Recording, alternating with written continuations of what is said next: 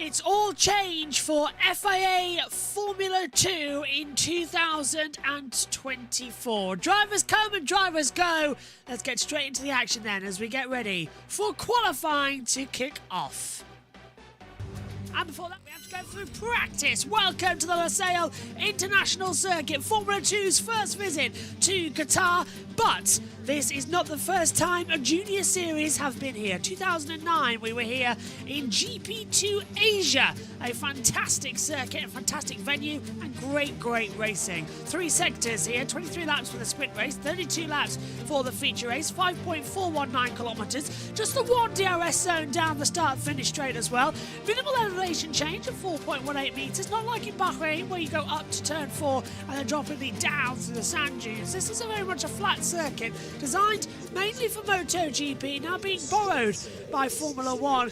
There was supposed to be a brand new circuit for the Qatar Grand Prix, street circuits, no doubt, but logic dictates that we stay at Losail, and that's exactly what we've done. Good morning, everybody. Welcome along to free practice, 45 minutes ahead of us. I'm Joshua Birch, alongside me in the commentary box. Joining is Wes as well. Wes, nice to have you up here in the box. We've just had a great F1 Academy Series practice.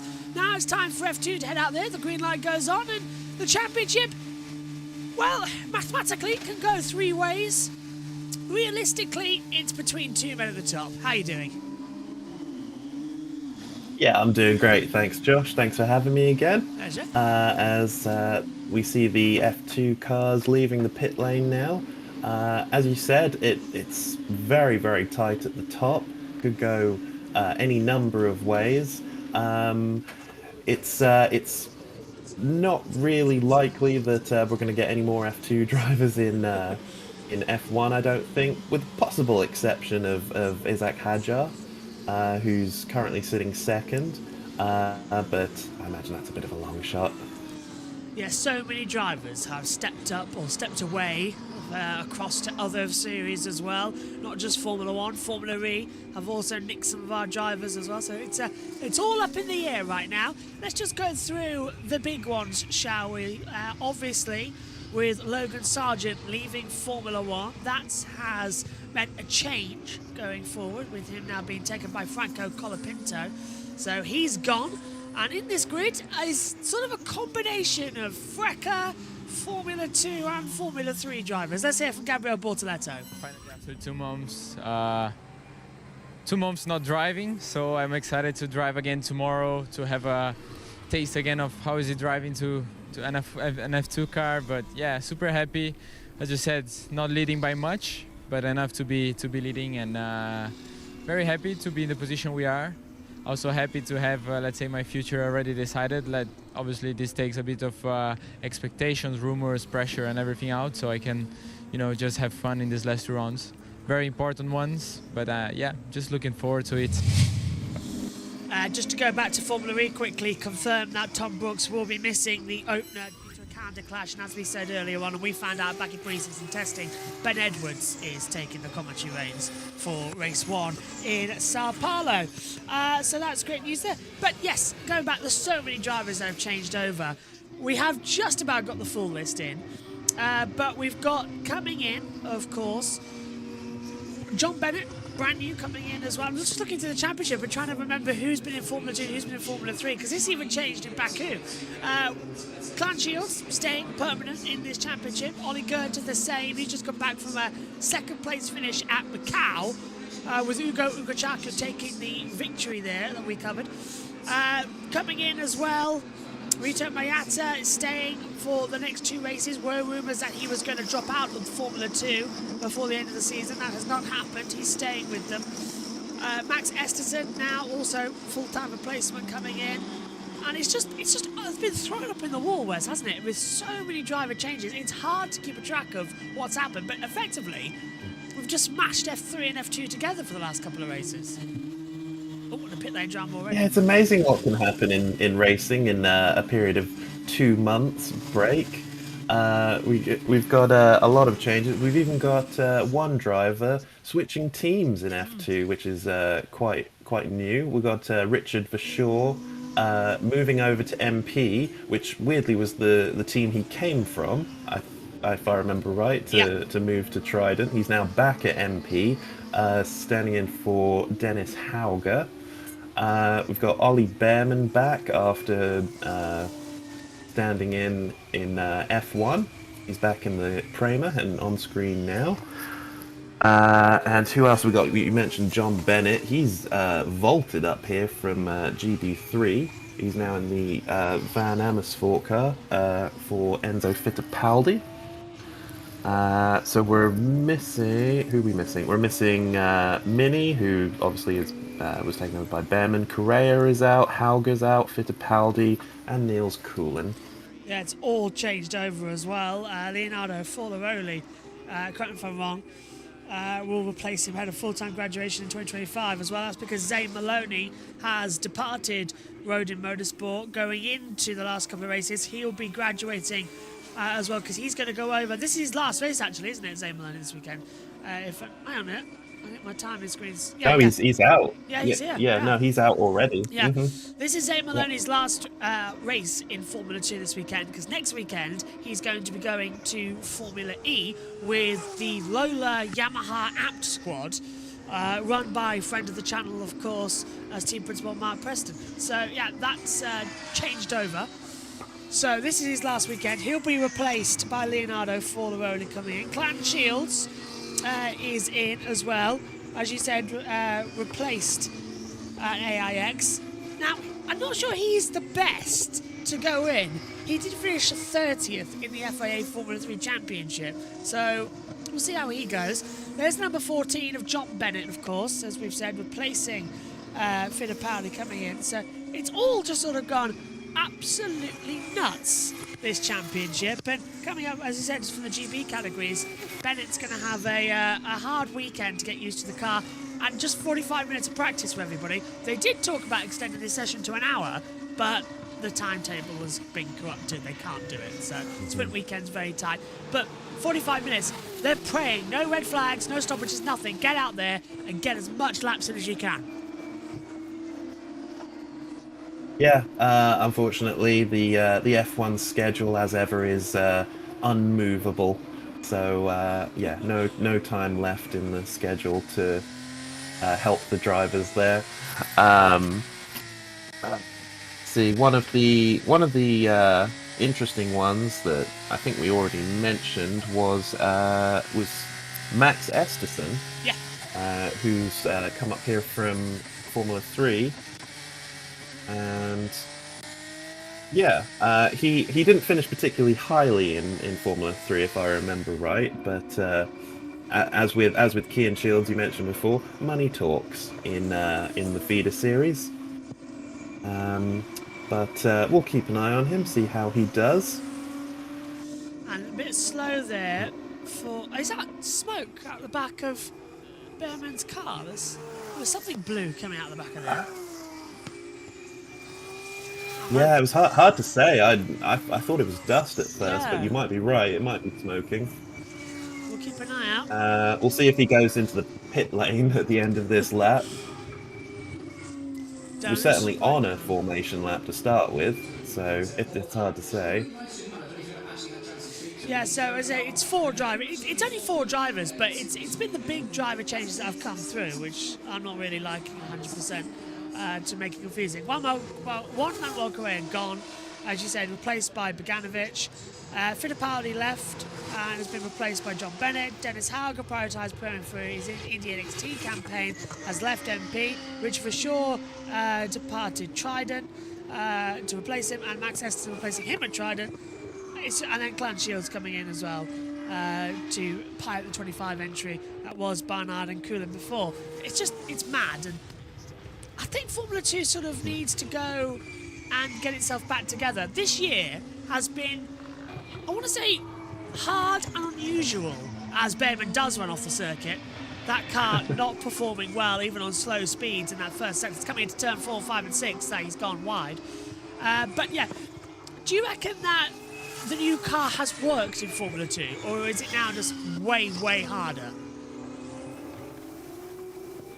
Might be a bit too early to say. I mean, all the other cars have had several years of vetting in before we've consigned them to the doldrums of not working.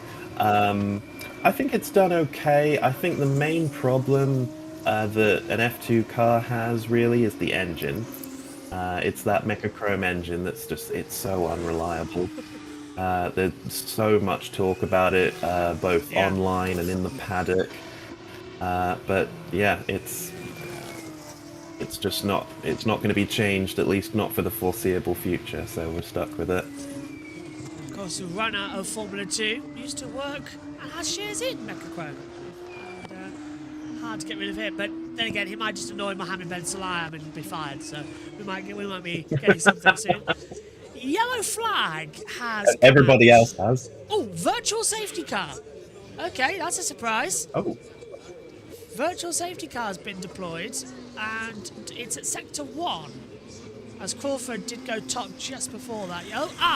Stopped out on the circuit for car 8 of Dino Beganovic. Dino Beganovic? Yeah. That's just ground to a halt exit. Well, that's exit turn 4, actually, so it's on the inside, so... If that's stuck in gear, you'll have to push the neutral button. It's rocking a little bit. Get that wheel on. Well, that's a bit of a blow for him, for the Swedish driver. This is of course, as ever in F2, is the only practice session they get. So next time he'll be out in the car, it'll be qualifying.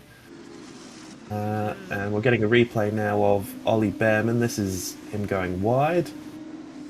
Yeah, had a snap, didn't he? Mid corner, yeah. Oh, just come out of, that's at turn 4. That's coming out of turn 5 down to turn 6. So just a little snap. There's the long lap loop penalty that the World Superbikes use. Virtual safety car has ended, so we're back up to green flag running. And yeah, everyone just sort of diving off the circuit. Isaac Hadjar there going wide as well. Track clear again. So Martins is top, but these lap times won't count because they were done under the virtual safety car. They will go faster than a 1:43.018 as they come across. We haven't had yet the safety car delta times for these championships. Just noticed actually that those on board now with the new Sauber driver for next year, Gabriel Bortoletto. Could win the FIA Formula 2 Championship, of course, in the next 2 weeks. It looks like this one is going to go down to Abu Dhabi, so that's going to be exciting.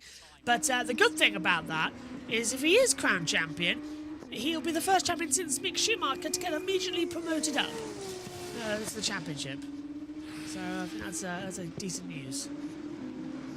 I'm not sure what that says about F2. Russell got promoted up. Leclerc. And just trying to think. Yeah. Actually, Piastri did as well. Piastri came after Schumacher. Oh, so is it Piastri the last one then? Was he in 23? Yeah, Piastri the last one. Ah, good. So he won in 22, got 23. Okay, that's good news then. I was worried for a second. Alright, we're in the clear now. F2's fine. No need to worry. Just forgot about the 2022 champion, which should have a seat, to be fair. But hey ho. Yeah. To be fair, that was the year where they were experimenting with 3 races in a weekend, and they alternated with F3. Yeah. It didn't quite work, did it? We were all worn out, especially in Russia, where we had to add Formula 3 quickly, and all hell broke loose with 6 races. Alex Jakes, that's when he decided he didn't want to do Formula 3 for the following year, because it was so much. And then they gave it to Harry Benjamin, and then Harry moved over to 5 Live. Yeah, I hope you're happy, Bruno Michel. You cost us Alex Jakes.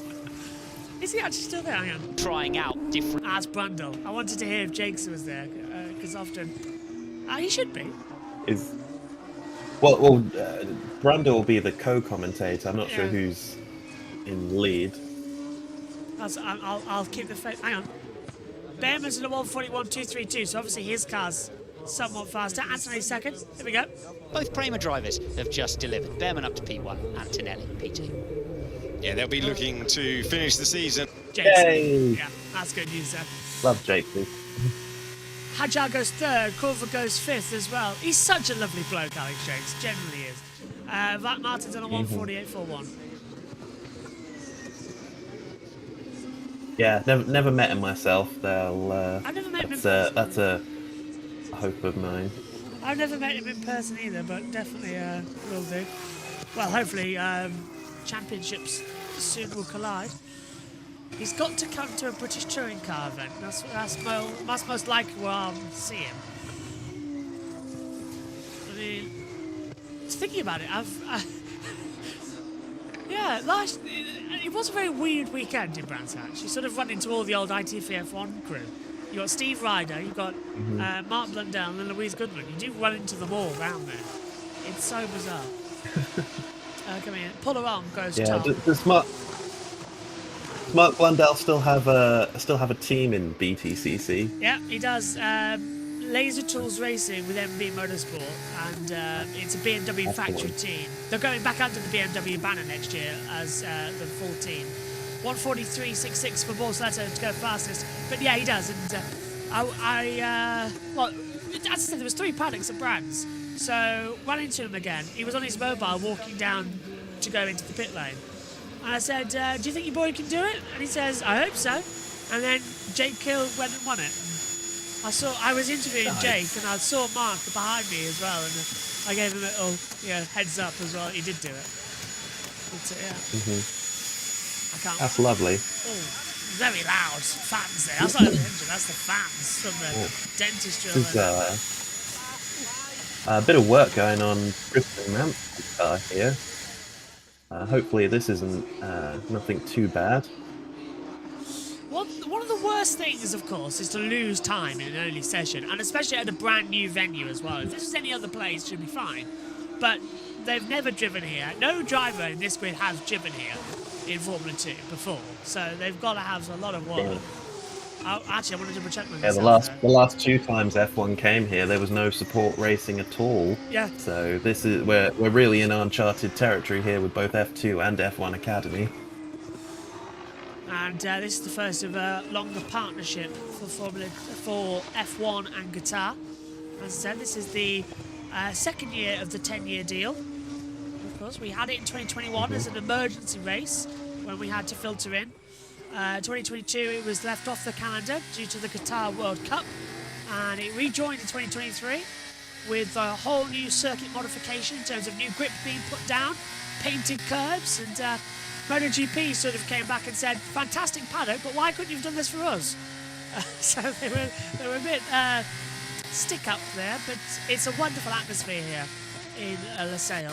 It really has sort of upgraded it. Having watched this circuit in MotoGP for many a decade now, coming through, it's lovely seeing a bit of love go back into it. And everybody says the same thing. We're still not used to seeing it in the daylight. When it gets dark, we know this place like the back of our hand. In the daylight, it just looks too confusing. Yeah, it does look fantastic in the day. It looks even better at night. Absolutely. This track, of course, built the same time as the Bahrain track, and it was very much seen as Bahrain was F1's track and this was MotoGP's track. Of course, that's changed in recent years now. If I remember right, we were supposed to have a Qatari street circuit, and that was supposed to be. That's gone quiet. I think I haven't heard a thing about that recently. No, neither have I. It was supposed to start this year actually as well. 2024. We'd have a couple of races here, and then we'll go there. But I think they've sort of realised we've got a great circuit here, purpose built, and it gives us good racing. That's the thing. When we first came here in 21, everybody said the same thing. Because we were so used to MotoGP bikes, when we saw Formula 1 cars here, it's great on the start-finish straight, looks fantastic, but as soon as you got down to turn 1, it looked like you were playing with giant remote control cars on your little carpet track that you had when you were kids. It looked like everything was massive. And it was awful, absolutely awful. The camera angles were terrible for the series. It was because they had to use the same ones for MotoGP. And MotoGP always stay flat across, whereas Formula One, they're elevated. So it just looked terrible. And the track was bare, there was no paint on it. It was it was awful. It came back in 23. New surface, painted curbs, gravel everywhere for improvement for the bikes as well. Higher camera angles, and now it looks like it fits, and that's the most important thing. It still does every now and then look too small, but then you play it and you go around the lap. It's fantastic. It's one of the best. Yeah, my biggest problem with this track was it always felt like it was designed with bikes in mind. It's very flowing. There aren't really much in the way of hard stops, hard braking. So it doesn't lend itself very obviously to overtaking, but the last couple of F1 races haven't been too bad. So maybe the drivers making the best of it. Let's have a quick word with Paul Aron. Put a plan in place, read some books about sports psychology, trained, ate healthy, lost a bit of weight, which is always a good thing for racing. And now that we're back, I'm obviously super happy, very excited. And coming to Qatar for the first time for the drivers and for the teams, I think will be a great new challenge. Paul Aron there as well, just saying what a challenging circuit this is going to be. Well timed from what we were talking about as well. As he's currently fastest on the board with a 1:39.236. They will get quicker as we're 25 minutes in. Omi said, whoa, F2 is back and Seawall in qualifying later, and great to see you, Wes, as well, he says. And Luz also said, this is a weird grid. It really is a weird grid as well. So, what have you got to do then for... I'd love to actually, what would you do? What are you going to do for 5 Live? How do you get the 5 Lives and everything and record them and get them on? So it's a lot. It's actually a little bit trickier than you might think. I went into it at the start thinking that I could maybe just wait until after the broadcast and then download it. And no, can't do that. I actually have to record it live. On a slight delay, because if you record it immediately live, you get problems with buffering. So there's that, and my first couple attempts at doing it, there was so much editing involved to try and get it as perfect as possible. And then probably the biggest obstacle I have is that not all of them are available for listen back. A lot of them are listen live once and then never again. They're gone forever. So and it was that little detail, I think, that was the main motivator in me wanting to do it, because some of the really interesting ones, like one of my favorite ones to go and listen back to was the Brazilian qualifying from 2022 when Kevin Magnussen put it on pole. That was a listen live only. That only got broadcast once, and I still go back and listen to that now just because it's so much fun to listen to. I think it was on then it was Jack Nichols and I think Jack Aitken doing that one, and they had a great old time. It was the lack of archive there, which was probably the main motivator in me wanting to do it. Absolutely love listening to them back as well, and because we never do. I never get the chance. I'm always got the headphones on listening, and obviously I was loving BBC Radio 5 Live's coverage as well. We often use it in the commentary box actually when we're in between ad breaks, because obviously we don't get pictures back from Sky. We kick up BBC and have a listen, and then it's always fun to know who's on the coverage if Harry Benjamin isn't, and this season it's been Ben Edwards. A little bit wide there for the MP Motorsport. Exit of turn 15 and into the pit lane for Kushmaini now in the Invictus, and he too having a few issues out there. Oh, and smoke coming out the back of the Mecachrome engine. My goodness me, and he's having to jump out the car. And so obviously something's overheated. It's white smoke, so that is engine, not from the oil, which delivers a blue smoke.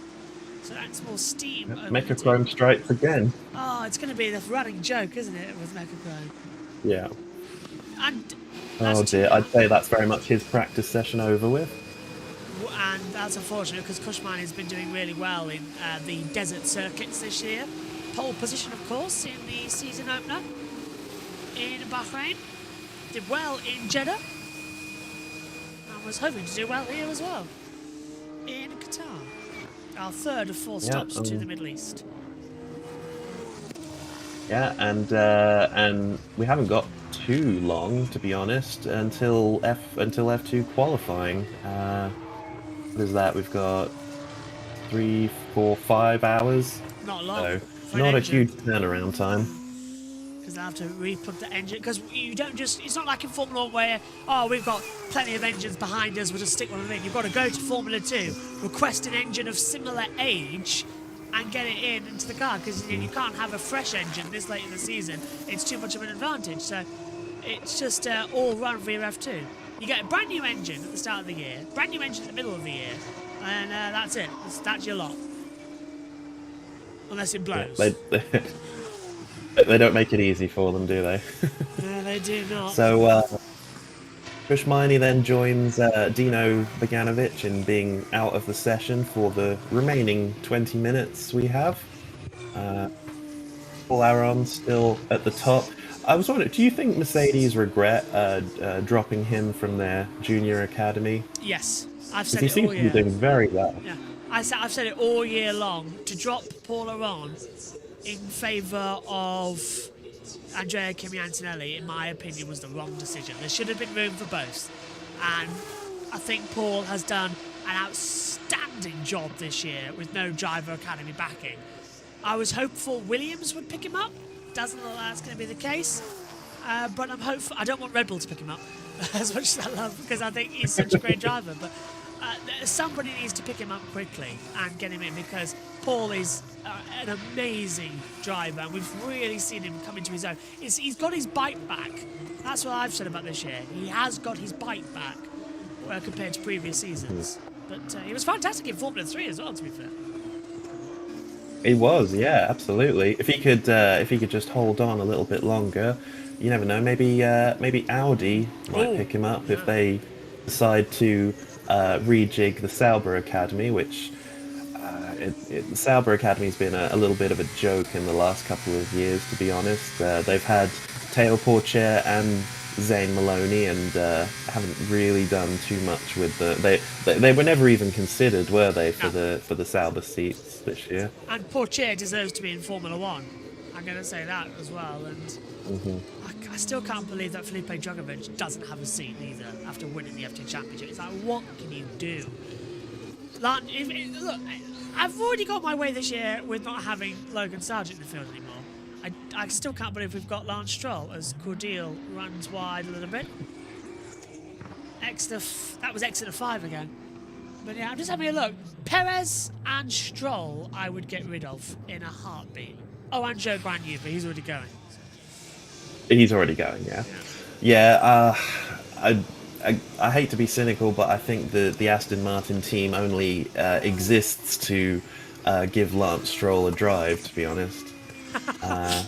Yes, I agree. Yeah, so he's not going anywhere anytime soon. The billionaire nepotism is strong in Formula 1. 1:38.024 then for Aron. He went 9/10 faster than his own time. Bortoletto has put it second, 1:38.666 as they come through. So 18 minutes to go. Now is the time we'll use to see the track fall a little bit silent as they'll come in and get ready for some qualifying simulations. And loads of traffic again in that middle section, off the circuit for Jose Muramati. Oh, and destroyed the 100-meter board as well. He almost took out 2 of them. I thought he was gonna. He just about missed the first one, but couldn't avoid the second. Down into turn 6 is hairpin as well. So no damage. You can just see where it's clipped the front wing, but luckily no damage. Yeah. Yeah, I wonder if they might change the nose just as a precaution. Yeah, I agree with you then. And check it for structural. because the one problem, everybody thinks, oh, it's just a bit of polystyrene. No, there are two very metal bollards stuck in between them that drill down into the circuit. Yeah. So if you hit one, you're going to hit a metal bollard too. Yellow flag's out for that reason. Yeah. But to be honest, if you hit a bag of feathers, oh my god! Off into Luke Browning. Yeah. Now has he beached it or can he keep going? That Mecha Chrome engine does like to go into anti-stall quickly, and it looks like he's done just that. Red flag's out. He's beached it and stopped. Luke Browning down at turn 10. Oh, just came in and it looped around on him. On the opposite, he was turning in to the right. The car swings to the left with the oversteer and straight into the gravel. And the red flag's out to stop the session. Yeah, just snapped on him. Just snapped on him. There was not much he could have done about that. Just a lack of grip, really. Maybe he hadn't warmed up the tyres sufficiently. Here we have a look at it again.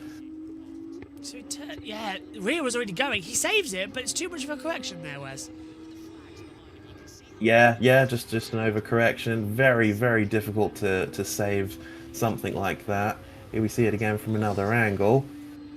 Yeah, he lost it on the way going into the corner. So it looks like just the tyres weren't up to temperature there. This is the one problem with having gravel on the side of a circuit. It does deliver this type of problem. You lose it and you'll end up beached. The Mecha Chrome engine's switched off as well, so it would have gone into anti-stall. So we're losing time then in a crucial session, but everyone will now come into the pit lane. Regroup, and we'll have some qualifying runs shortly. Okay, we'll take the red flag opportunity to hand over to Alex Jakes and Alex Brundle and get the latest from them as they'll go into a much more detailed chat about it all. Red flag's out. To get out of the car, they're just doing it by the book. And then the marshals can recover things. Still, work goes on for Cushion Mining. Never a great sign when the laptop is out and the engine cover is off. No, this is critical running, isn't it, for Mine? It really needs to get back out there if at all possible, although the amount of smoke coming out of the rear of that car would suggest that the Alpine Junior may struggle to rejoin the session. They're doing everything they can. There's limited amount of spare part access, of course, because teams are based over in the feeder series pit lane. There's a process by which they come over to the Formula 1 pit lane in order to deliver the sessions if you're new to your Formula 2 racing. So the team find themselves with basically a laptop, some spanners, and that's about it. There might be a nose cone down there, but that's not going to help them sort the engine out very much. So a limited amount they can do, but they're trying their absolute best down at Invicta to get Miney out. They're trying their best to get Browning out as well, and it looks like they're succeeding so far. Yeah, so the ART being recovered, the driver who took the place of Zach O'Sullivan in the team, who was our winner back in Monaco and in Spa, and Browning finally getting the all clear to get out of the car. Fair enough to do it by the book, always a wise thing to do. And yeah, you can see how strong the breeze is out there. Track temperatures at 34 degrees. It's 20 to 3 local time. Air temperature is 22 degrees. And it is a tricky track for the drivers to master. They haven't had the full extent of the 45 minutes of practice, but let's get the thoughts on the man that you're, there you go, just about to see there. Zay Melody's been talking to us about this circuit.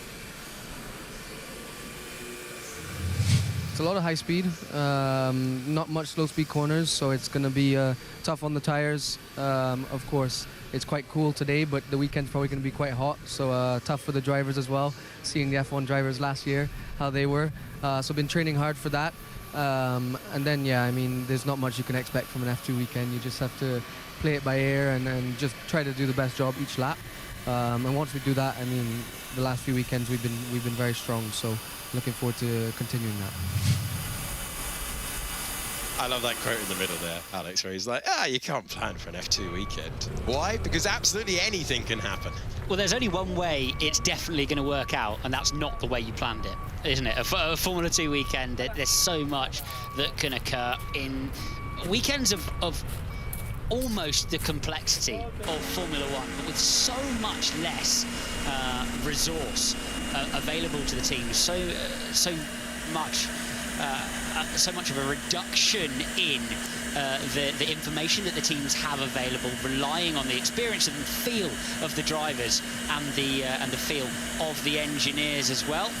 With a great field so far, Paul Aaron returning to form through this phase of the year. This will give Invicta the opportunity to not lose too much track time to rivals. Bortoletto there as well with the engine cover off. I wonder if Invicta have spotted something with the engine of Miney there and have decided to check that it's not the same or is the same on Bortoletto's car as a precaution. Yeah, it's understandable. Our P1 man, Aaron, at the moment, had a really consistent year. Paul Aaron has yet to stand on the top step of the podium. Remarkable, really, if you consider how ultra competitive this year has been. 16 different winners, as we have a look at Luke Browning spinning off the road into the gravel and out of the session. The reason for our red flag. That rear tyre going away from them a little bit at this stage of the session as well. Taking a reasonable amount of time to recover Browning, and I think that's just because of how far he is away actually from a position of safety. Yes, the runoffs are huge. Yes, you're unlikely to hit the wall and damage it, but it still takes them a bit of time to get the snatch vehicle out there, actually recover the car, and then drive it all the way back to where the wall is. Drivers and teams will be taking a good look at that to make sure they understand it from a strategic point of view, whether it's likely to be a virtual safety car deployed, a safety car deployed, or indeed a red flag throughout the races. And it is somewhere where the pit lane is exceptionally long, the pit lane loss is extremely high, and there is differential between the rules for pitting under safety cars and virtual safety cars in Formula 2. Very much matters strategically to the teams which one of those is thrown, and so they keep a keen eye on the length of time it takes to clean up incidents to try to give them a steer on that as they move into the feature race. Absolutely. The session is going to resume in 50 seconds time. Clock continues to tick down, but we'll get a green light at the end of the pit lane, and we'll get things back underway as we resume this Formula 2 season. I can tell you that the qualifying session later on is 10 minutes past 7 p.m. It's 30 minutes to set the grid for both races. The sprint race is 20 minutes past 7, so similar time, good data all round. Similar time, they'll be on a harder compound of tyre, and then a completely time of day, a different time of day, different track temperature for the feature race, the crucial feature race on Sunday, which is 20 minutes past 3 local time. All of that information is on the F2 website, and just a reminder for you, we're on the hard and the medium this weekend when it comes to tyres. Yeah. Thank you, Alex. Green light goes on, and we're underway again for the final 9 minutes then here of F2 practice. So about 6 minutes lost, not the greatest. That's 2 flying laps out there. Effectively, yeah, 2 flying laps in and out. So they've lost a run there, and loads of drivers already was going to do some practice starts, but many want to get out there and do a qualifying simulation and try and find out what it's going to be like. But of course, right now it's daytime, but they're going to be qualifying under the lights, so it's a weird situation for them. Yeah, if this were F1, they'd probably call it the session a write-off, but yeah. they can't write it off because it's the only one, as you said. Yeah, there's not going to be that much data they can take into qualifying. They're trying to get a feel for the track, obviously, but the temperature is likely to change a lot in that time. So, yeah, it's a lot of it is just going to be improvisation.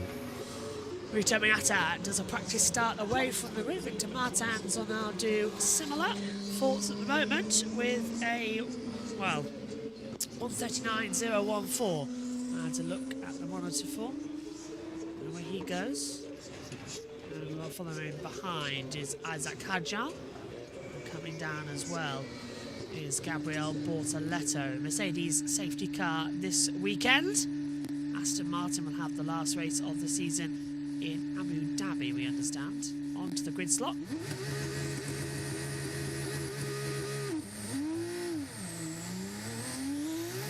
Gabriel Bortoletto screaming away from his practice start there. It wasn't a lot of, as soon as he dropped the clutch, the buy point wasn't set, was it? It sounded like it went Ooh, let's have a word with him now. So strong mentally, and that's where he wins. Nothing gets to him, nothing phases him. Monza, especially, spinning qualifying, still had a fantastic result, and the pace has just got stronger and stronger, and he's got stronger and stronger. Just every aspect of that car he knows and understands now, and he's just progressed so quickly through the year and learnt so much so quickly. Going to be, I think he's a future star, I really do. Going to be going up, as we said, into Formula One with Sauber next year. Good news story. That's always nice when a team principal has got a glowing review for his driver like that. Hopefully he'll get similar treatment at Sauber. Matteo Bonotto, of course, in charge. Who else is alongside him? Who's alongside Matteo Bonotto now? I can't remember. Hulkenberg. Yeah, and he's the driver alongside. Who's in that team leadership role now? It's a really unusual duo that I wouldn't have put together. It's Matteo Bonotto alongside. In Sauber? Yeah, as Is that Hulkenberg? Yeah, as the driver. I'm on about team principals. There's two. Oh, Yeah. It's been a bit of a rotating door, hasn't it? Yeah, because it should have been Andreas Seidel, but he's left. Yes, he's gone now. It was somebody from the Audi group, I believe. Yeah. It wasn't like a known figure in the sport. It's gone off the top of my head now, but it has been a really sort of weird season for them all. There's Christian Mansell, a little bit of a snap. 21st at the moment out of the 22, but technically last because Dino Beganovic has not set a representative time in this session. And he's over the line now, and Mansell jumps up to 11th with a 1:14.073. Max Esterson in 17th from the other Trident, his teammate, as he gets used to this machinery. I want to say John Bennett is doing really well to have beaten Kush Miney on pace time before Miney's engine blew up. Yeah, it's possible that Miney was experiencing the effects of that slightly before the engine actually expired, but even so, take nothing away from him. Sure, we'll have more news in quali. What's going to happen there? Yeah. Ollie Goethe as well, doing really well up in 3rd place. There's quite large gaps between the drivers in terms of time. Aaron leads by 6/10 from Bortoletto, then another 3/10 back to Goethe, as we see Richard Verschoor in his new MP team. I say new, he returning to the MP team. Runs wide. But going back to what I was saying, there's the top 10 is covered by 2 seconds. Oof. So clearly some drivers are dealing better with this new track than others. Sorry, I've just got distracted there by Gabriel Bortoletto's car sounding like one of those pod racers from Star Wars Phantom Menace. He was going... So that was quite entertaining. But 10 seconds in the top 10. Massive gaps there. So they've got to really improve. Only 4 drivers inside a second as well. So let's hope they can all push, and we'll see that come down before the end of practice. 3 minutes to go. That's 2 runs they get now. Zane Maloney in his last weekend in FIA Formula 2. Now getting used to it. He's just been testing, of course, in Harama for the Formula E season with the Lola Yamaha Apt squad. Let's see how he'll go coming into it. He had a very bad day, actually. He did not participate in the exhibition race, the test session of the race, because he actually caused a massive delay because he stalled on the line. The car shut down and they had to wait for a truck to come down the track, pick him up and take him back in, because it's an old circuit, however, they've got no way of opening up the pit lane doors. So it didn't go very well. Yeah, very, very much an old school one, Harama, as you said.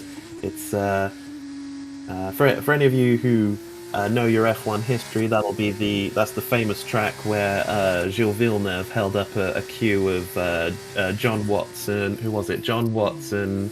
It was Jacques Lafitte, Carlos Reutemann, and Elio De Angelis across the line. That famous top 5. The only reason he did it was because Harama's got one long straight where the Ferrari was terrible, but it was quick in the corners. Yeah. So it was a really weird weekend. Yeah. It was also the circuit, wasn't it, where Villeneuve had the puncture and he had to drag it all the way back to the pit lane. The year before, that's right. Yeah. He really had fun when he went to Spain, didn't he, Gilles Villeneuve? 3 wheels on his wagon. And of course, Harama now used for local championships. And there is a look-alike that we could have a possible Formula E race there in the future, because the teams and drivers and even the media, they really liked the circuit. It was a proper old-school vibe. And the little test race that we had pictures for when the race started, and then we had to commentate on a timing screen, was absolutely fantastic from a timing screen point of view, because we had cars going everywhere, left, right and centre. So it was really great. Yeah, it's far too narrow, of course, for Formula One cars these days, but it's pretty perfect, I would say, for Formula E. I don't know who had the idea of going there in the first place, but give that man a raise. Oh, I do actually. Formula E Zone interviewed him a few days ago. Oh no! Oh, Jack Crawford's gone! That's the same situation again for the second dams. We had Dino Beganovic stop earlier on, and now Beganovic at the same part of the circuit we've just seen a red flag calls for. He's thrown it off as well. Exit of 15. Yep, and that's session end, because we've just run out of time. So, what a climactic way to end the session. So, gets on the curb. Same thing that happened to Browning. Did he get distracted? No, it's exactly the same. Yeah. It was probably a distraction factor, but I think it was more or less the same as what happened to Browning. This is going to be a worry when we get to the Grand Prix later. Just snapped on entry. Crosswind here. Wind's at 5.6 meters per second. Richie said it would be possible. I don't know. There might be space, Richie. I'll have a look. It'd be interesting to see if... Oh, someone else. John Bennett. Now, that's at turn 5. So he's managed to keep that going, luckily. So the gravel exit causing problems and the crosswind causing problems. This circuit really is a killer out here. It seems to be, yeah. I'm looking forward to seeing if something similar will happen in the F1 practice. There he goes off the circuit. Oh, okay. There's the flags out now. You can see there, by the way, the reason that the marshals are wearing masks and balaclavas are not because of COVID or anything like that. The level of dust and sand that gets blown onto this circuit is insane. So it's just to protect breathing. Because when the cars go past you, they kick up everything. So it's just to make sure you're not breathing anything in. They do it in MotoGP. I'm surprised I'm not wearing goggles, actually. Yeah, I'm surprised, actually. So, end of the session. We will continue going again. I believe practice starts are allowed. We'll see if that's going to happen on the grid. Now, I have had no race control message saying that they're not allowed, so we should be golden. But for the few F2 cars we have remaining for us that are still pointing in the right direction. Yep. So we didn't come off. Oh, look, driver tracker finally for Formula 2. Oh, really? Oh, I didn't see that. It's on the monitor there. I wish we had that. Oh, yeah, me too. I didn't think that was a thing. No, I didn't. So I just looked on the pit wall then. There's a driver tracker. I was like, oh, can we have that next year? Come on, Formula 1. They should have put them all Right. under the same banner this year. It should have all been on the F1 app, like we have for MotoGP and World Superbikes, but Formula One couldn't get the drivers on the same screen, so they had to abandon that idea. So yeah, come on, it's not that difficult. Yeah, you wouldn't think, would you? But To be fair, I'd love a F1 rider works tracker. in the protocols. Rider tracker for MotoGP, please. We had it, and then they took it away from us, and it's still there for everyone else. Got a yellow flag at the last Weird. I goal. wonder why. Yeah. I wonder why they would do that. Don't know, they're idiots.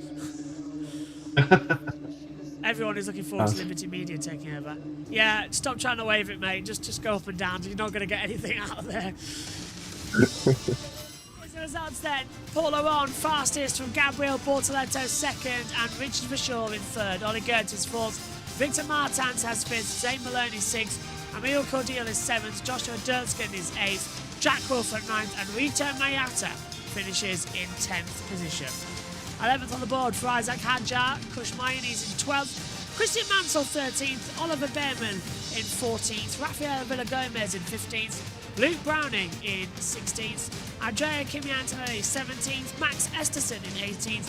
Jose Riamarti is 19th. John Bennett goes into 20th. And 21st for Clan Shields. Dino Boganovic in 22nd place. Wes, thoughts on F2 practice and going into qualifying? I mean, it was pretty amazing. It was a lot more hectic than I was expecting. We've got big gaps between all the cars. We're not sure who's going to be completing their laps. So yeah, all to come later on today.